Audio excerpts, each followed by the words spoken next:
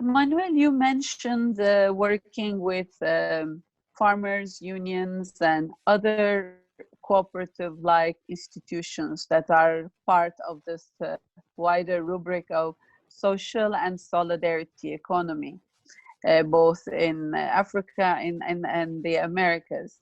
Could you tell us some of your thoughts? What is the connection, relation between cooperatives and the wider social and solidarity economy movements?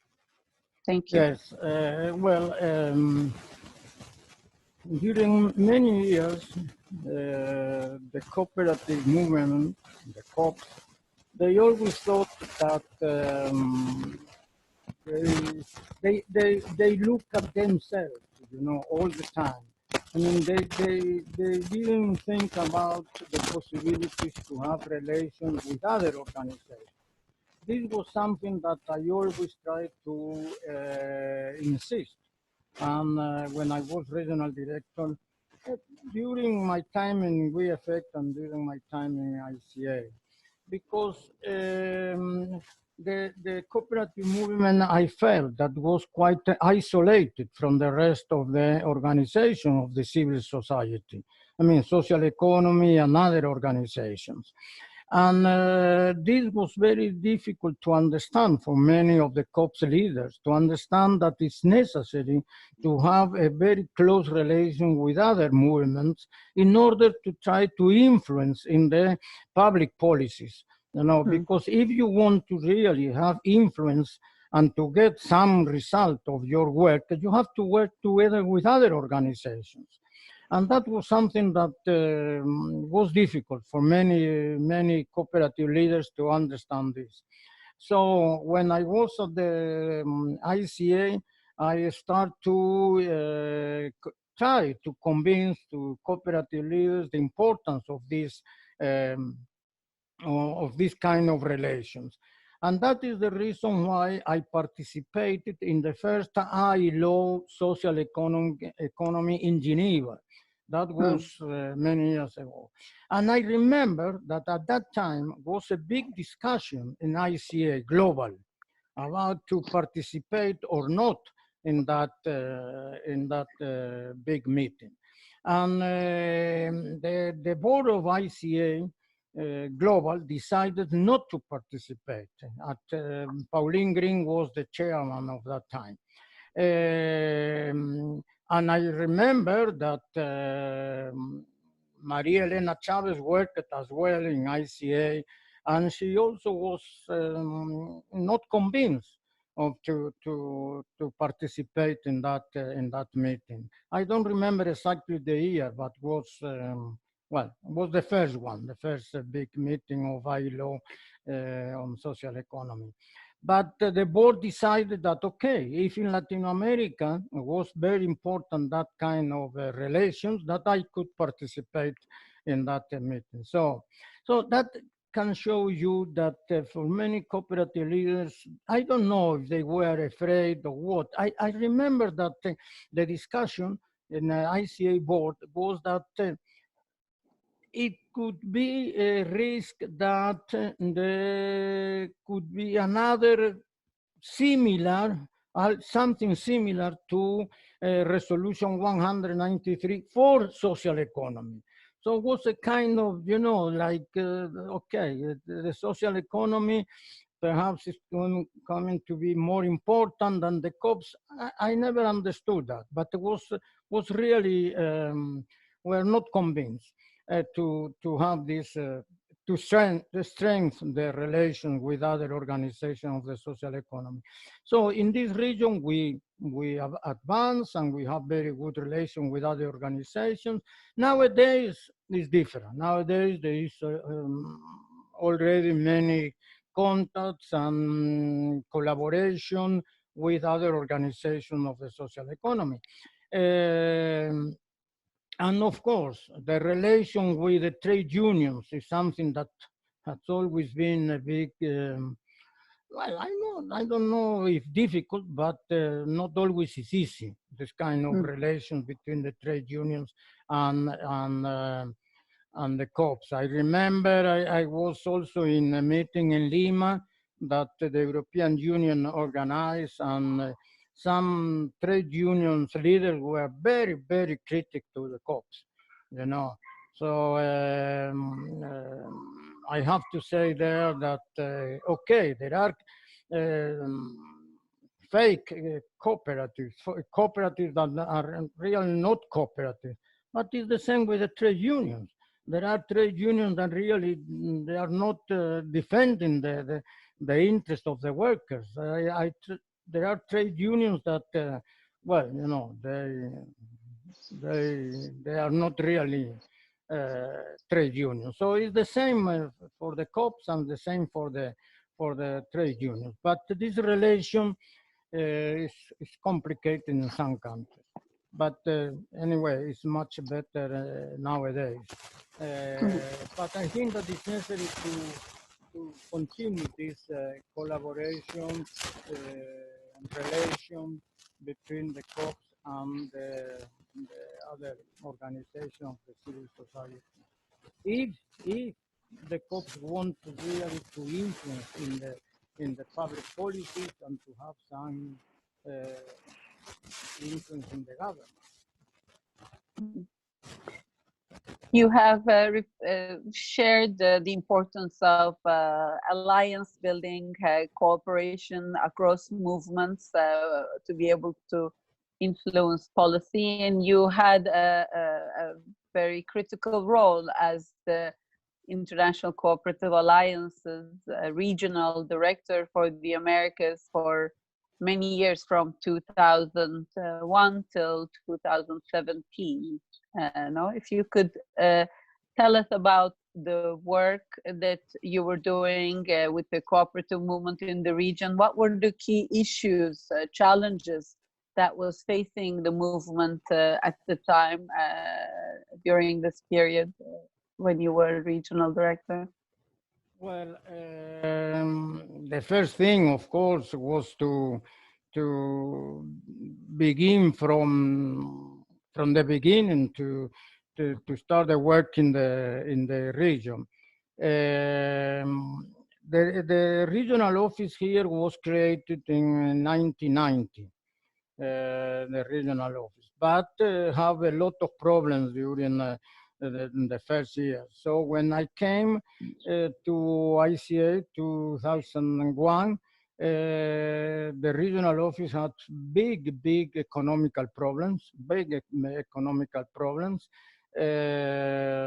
well, it could take a long time to explain all the problems and the reasons of these problems.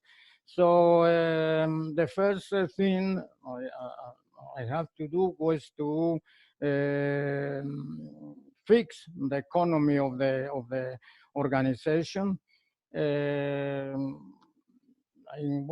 some way, I was lucky because I have the support of several international organizations, like, of course, We Effect, but also the Canadians and the Americans. They support me. So that was a big help to clean the economy of the regional office. But the main issue was to try to that the cooperators understand the importance of the cooperative integration, because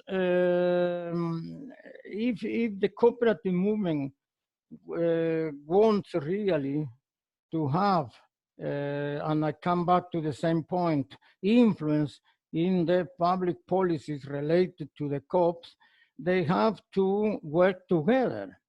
And that is something that is difficult for many cooperative leaders to do that.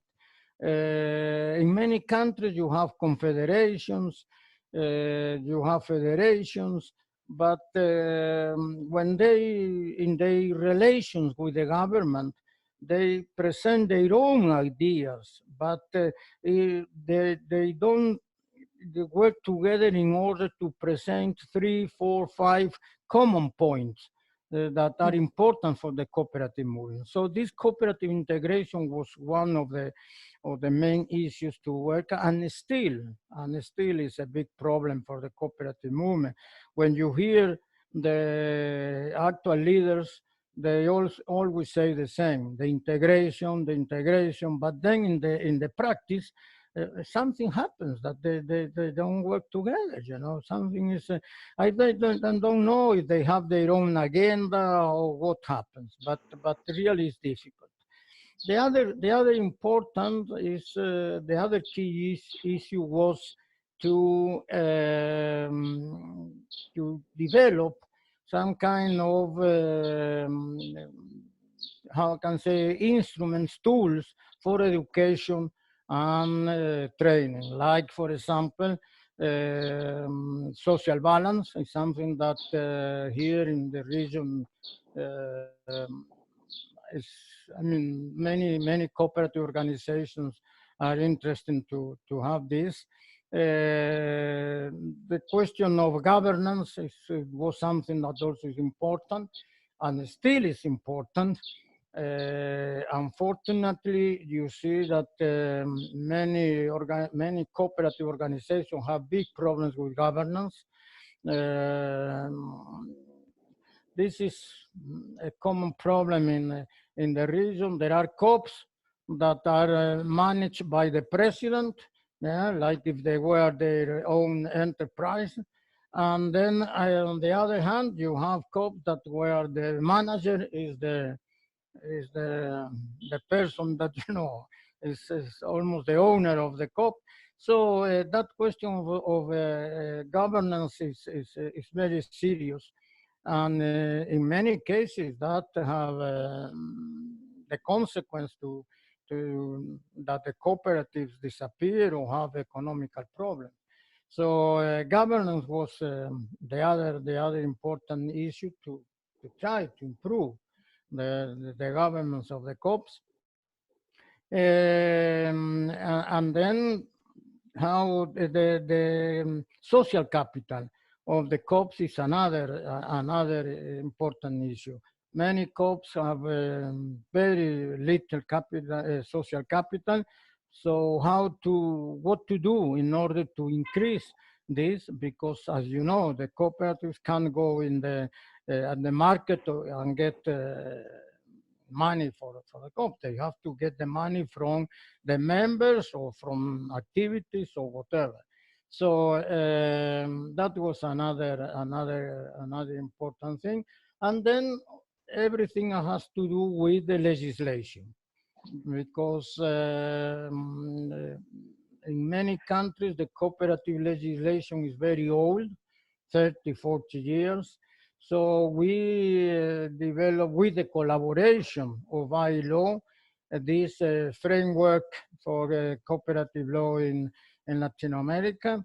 And we have done different kind of studies about legislation and tributation in different countries of the region, with the collaboration as well of ILO. And this was with the idea that when the cooperative movement discussed with the governments about cooperative legislation, they had some inputs. I mean, in order to have the discussion. So that was very important as well, cooperative legislation. And well, that is in general were the key issues that we have during that time. And as I said, some of them, they are still actual, and every day they discuss the same things. And then I think that another question is the education and the training, because with the idea that to increase members, what the many COPs are doing now, they don't give any kind of education, cooperative education to the members. So in many cases, the members think that okay, the COP is like another enterprise. You know, they don't feel that they are the owners of the COPs. You know, that they are the owners and they have the power to take decisions in the assemblies and in other forums, and they are like a client, you know, like a bank or like another. And I think that this is a question of that the member take distance from the cooperative. And if the cooperative for any reason increase a saving and credit COP, increase the rate of the interest, well, the members think, okay, I go to another place. They don't feel that they are the owners. And that I think that is the reason of this is because they don't give the right education and make that the members feel that the COPs are their organization.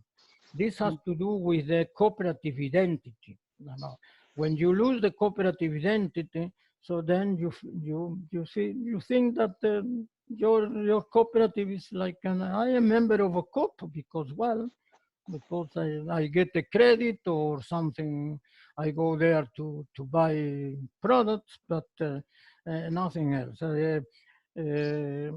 And nowadays there are some organizations that are working very hard with this, the cooperative identity, and well, that is the theme of the next ICA Congress, the cooperative identity, you know.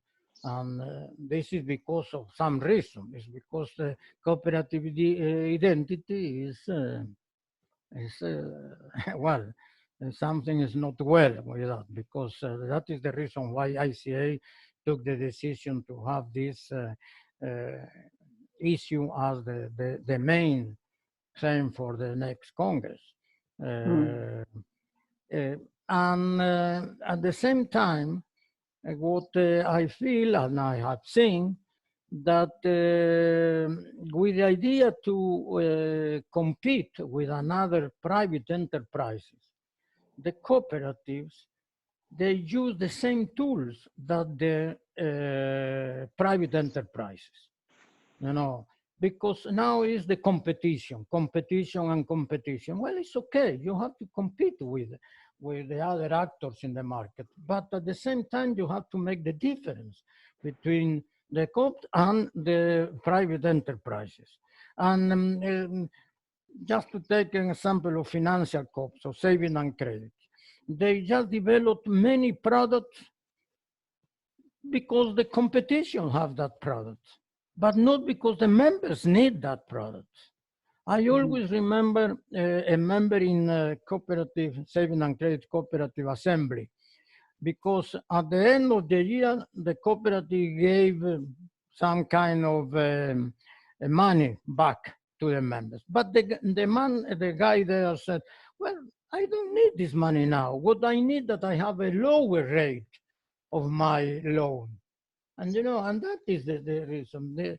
So I think that it's not the right thing to try to, at any cost, to imitate the competition. You have to make the difference between how the COPs and the private enterprise. And I think that there is something that has to do with the cooperative identity as well.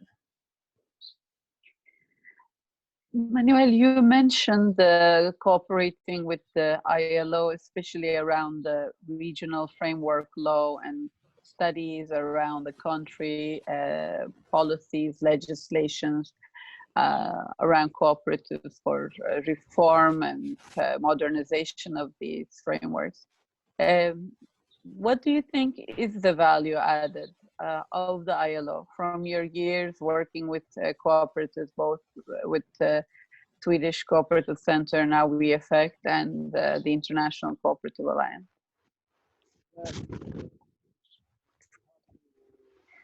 Manuel, your microphone, please. We have to recognize the importance of ILO and ILO COOP unit.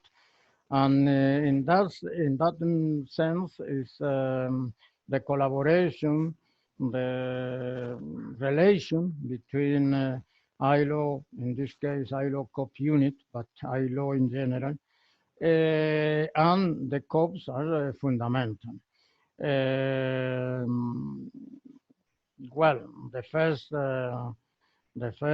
general director of ILO was a cooperator, and I think that that in some way has marked the direction of the relation between these two organizations. I think that many of the ILO declarations have shown the importance of the cooperative organizations, though I think that perhaps could be a little more in these declarations about the COPs, you know.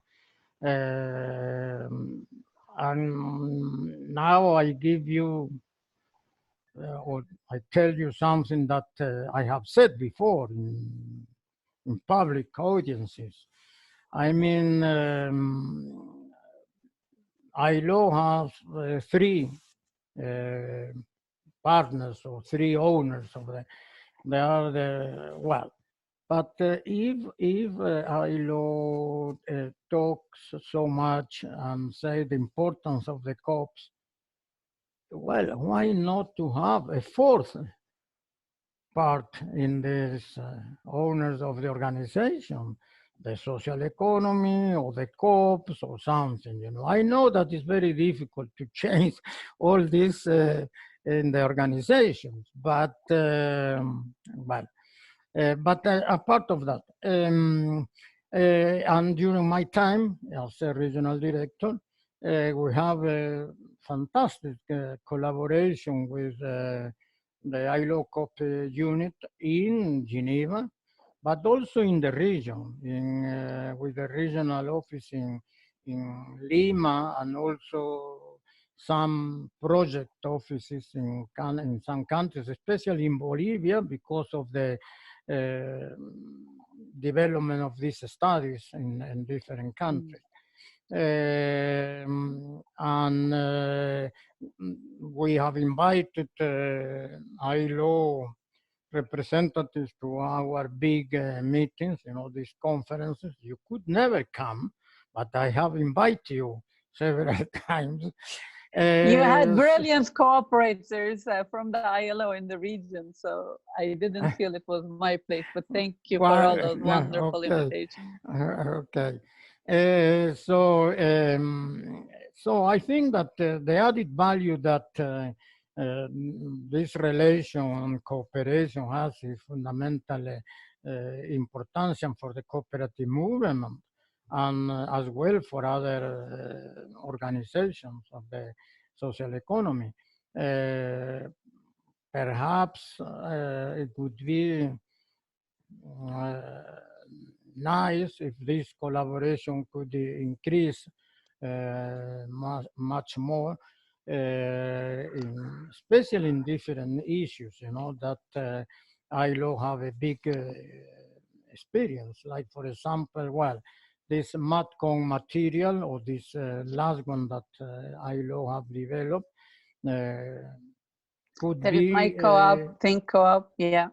Yeah, it could be used in much more wider way, because this material, MatCon perhaps a bit different, but the last material that ILO COP unit have developed, that I think is very important, I have them, has not been used in the COPs very much.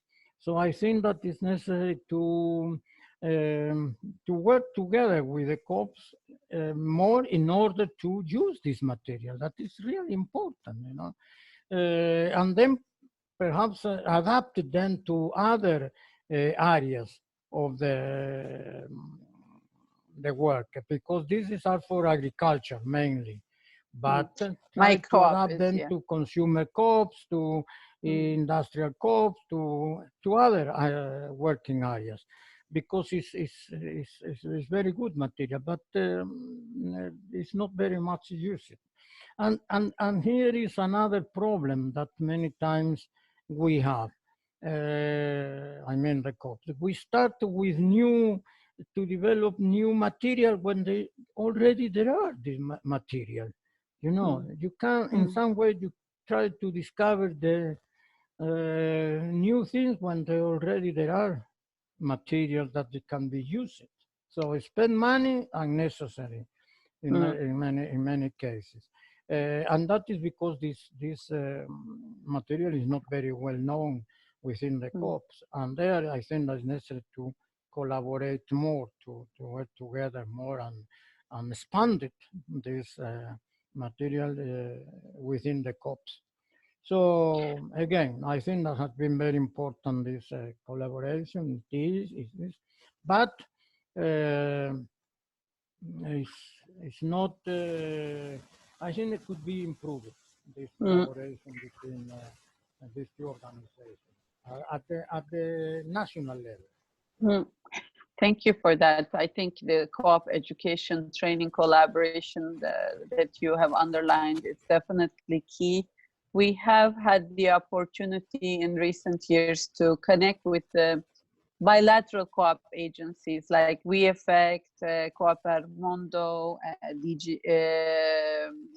and others, in sharing these tools with them, recent tools in multiple languages, and they are now being used by them in their projects, cooperative development projects. But we need to keep finding ways, you're very right, in expanding on that cooperation. Manuel, we are living through some very difficult times in the world with a pandemic, and there is also climate change, big demographic changes, and technology and economic crises looming. And you mentioned that you started your work in crisis settings, conflicts being, of course, a crisis in Mozambique, and you were also referring to Nicaragua when you were working not only in a civil war setting, but even dealing with hurricanes, natural disasters. What do you think is the role or the comparative advantage of cooperatives and wider social solidarity economy institutions in such times of crises and big change? Well, I think that the comparative advantages of COPs and other organizations of the social economy, Manuel, por favor, microphone. Are extraordinary. The question is if these organizations, the COPs and others of social economy, can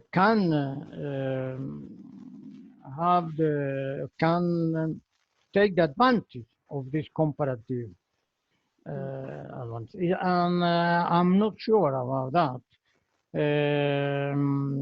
As I think that I have said, in the crisis of 2008 and 2009, the resilience of the cooperative has been fantastic. You know, that has been shown in different studies. The question is if in this situation, nowadays with the pandemic and other questions, where the economic and financial crisis, in my understanding, is much bigger, if the COPs and the social economy organization have the capacity to do something in front of these challenges. I think that is possible. I'm quite sure that they are going to do it. But for that, it's necessary to see the future in another way and to make some important changes in the working of the COPs. For example, to strengthening the cooperative integration that I mentioned before. The cooperative movement has to be capable to come over these problems that they have for the cooperative integration. In which way? Well, I think that depends on the cooperative leaders, of course, you know, that they leave many times the agenda that they have, their own agenda or the organization agenda, and to see the importance of the 3, 4, 5 difficulties that the cooperative movement has, and go together and around these 5, 6 main issues that the cooperative movement has. So the cooperative integration continues to be the big problem. So I think then is to integrate much more the youth in the cooperative organizations. And the women, of course. When you, sorry, what is the telephone?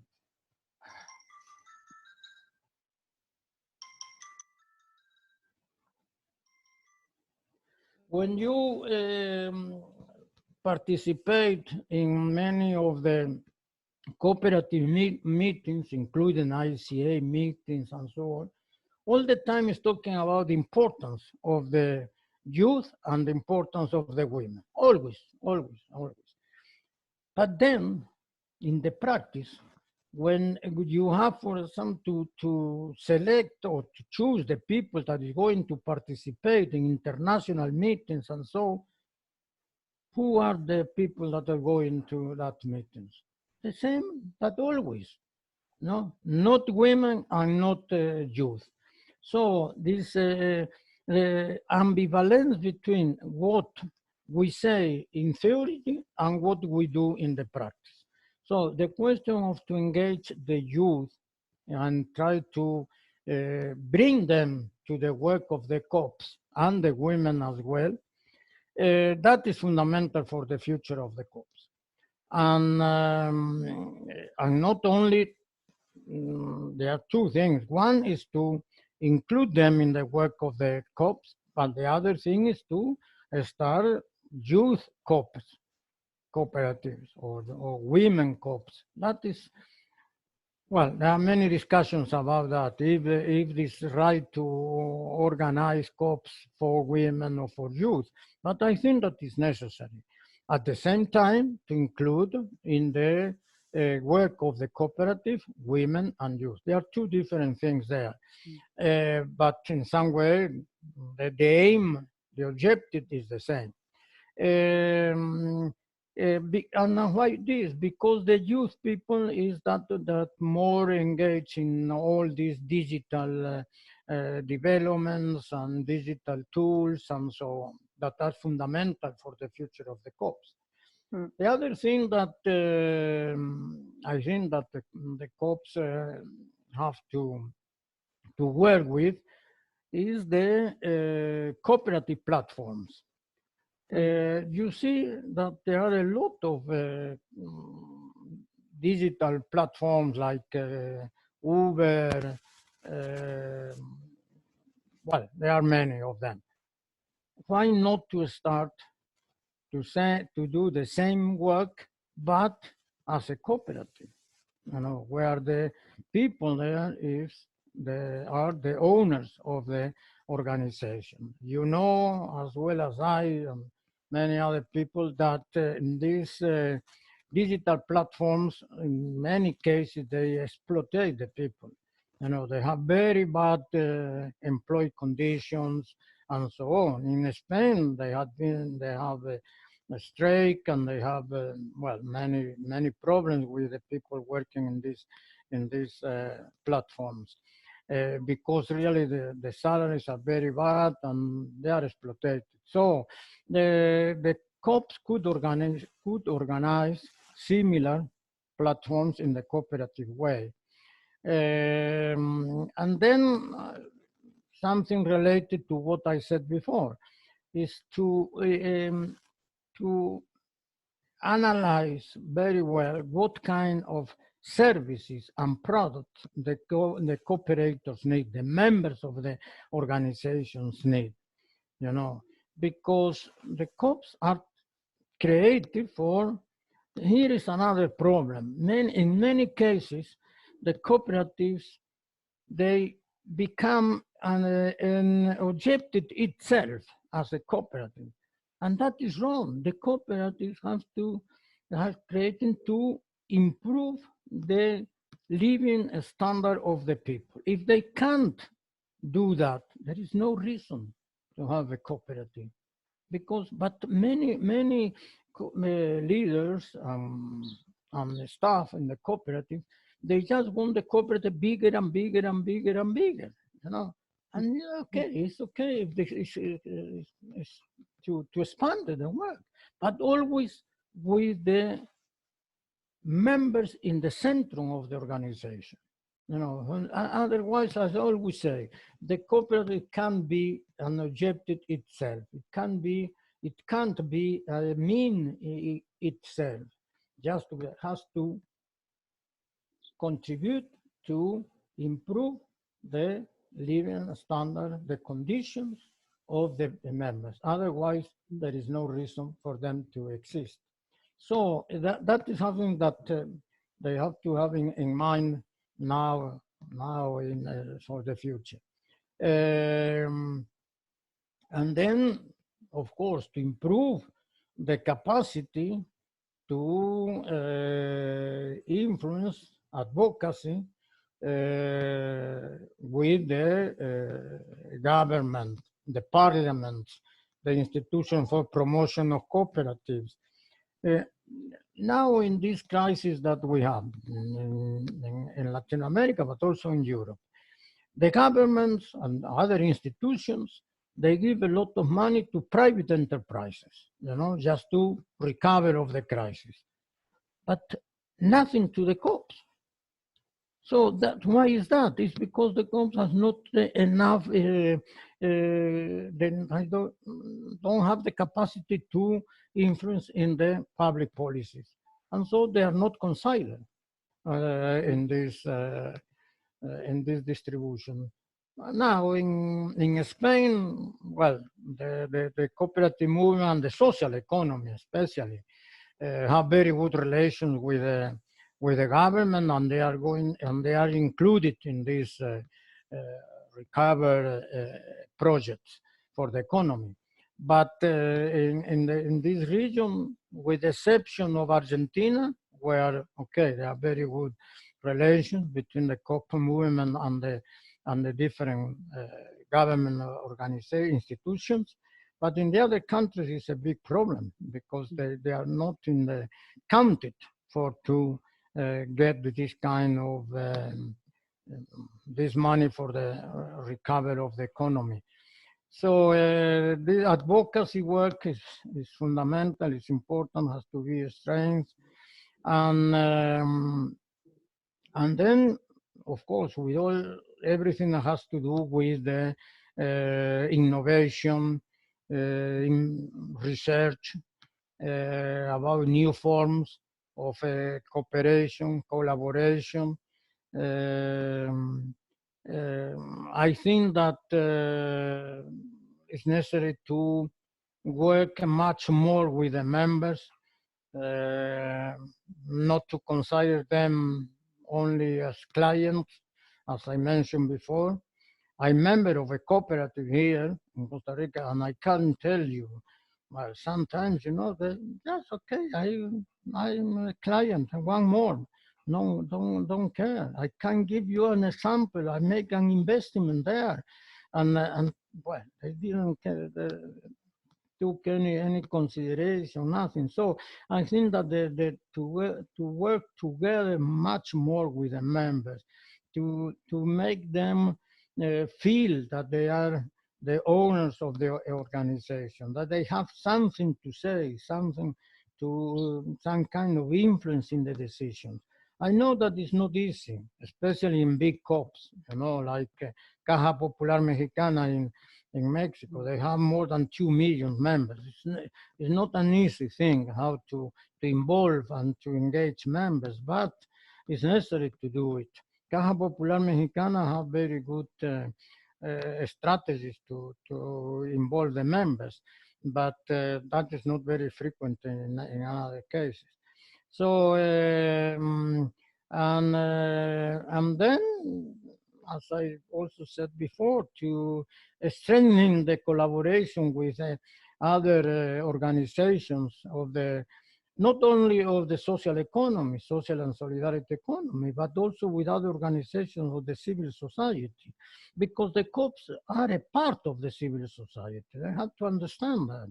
And to the collaboration with the trade union, with the collaboration with the other NGOs, other kind of organizations, rural organizations, the farmers' unions. I mean, they have to widen the collaboration with other organizations. In this world nowadays, that is fundamental if we want to have some importance. Otherwise, I am afraid that many COPs after this crisis of the pandemic, they're going to have big problems. So especially, I think, saving and credit COPs, you know, because the people can't pay back the loans and they don't have work. At least here in Latin America, that is, I have talked with people in different countries, and that can be a big problem, because you can, the COPs can do the same that the banks have done, okay? You don't pay the interest and the loans during 3 months, 4 months, but then, you know, you have to pay back, and that is, the COPs as well as another financial institutions can have financial problems in the future, but the COPs, they are in better conditions, theoretically, in better conditions to talk with the members and see how they can pay back and so on. So there are big challenges in front of in the future.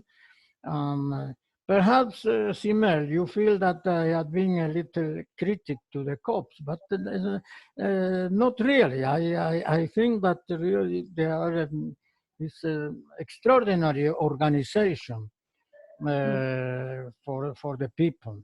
It's not the only one, because that is another thing. Many times the cooperators think that is the best organization for everything, and it's not, because if you have very poor people, you can't start a consumer COP because they can afford to buy things. They can afford to save money for the saving and credit COP.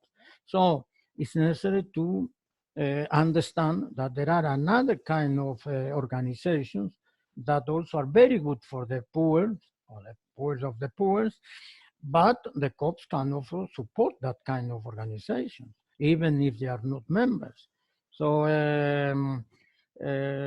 I think that it's necessary to be also some kind of self-criticism, you know, if we want to advance, to go and develop as organizations, we have to see also what are our difficulties or what are our problems in order to try to solve them and go ahead. So I find your messages, in fact, hopeful, because you accentuated what you said were critical problems during previous times, and for co-ops to be able to activate their potential to be good to come out of this crisis and to come out of it as strong partners, as part of the solution.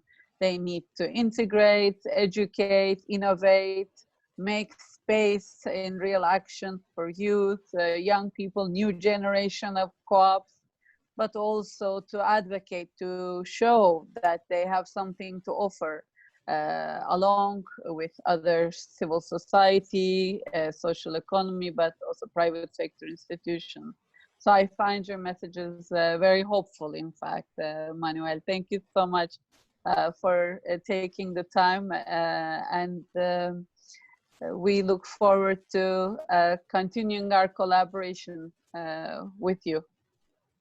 Okay, thank you very much, May, and congratulations again for this initiative. I have seen the different interviews, and I think that has been a very good idea to start with and see different points of view. Exactly. So and we will be speaking more. Fundamental. That is not only one thought, they are different ideas that is necessary to go together in beneficial of the cooperative. And we look forward to speaking to more other also co-op leaders from the Americas. Thank you so much for your time, Manuel. Thank you, and I can give you later on, send you a mail with some names if you want. That would be great. Thank you. Okay, thank you very much. And to Susan as well. Take care. Okay, bye-bye. Thank you. Bye-bye.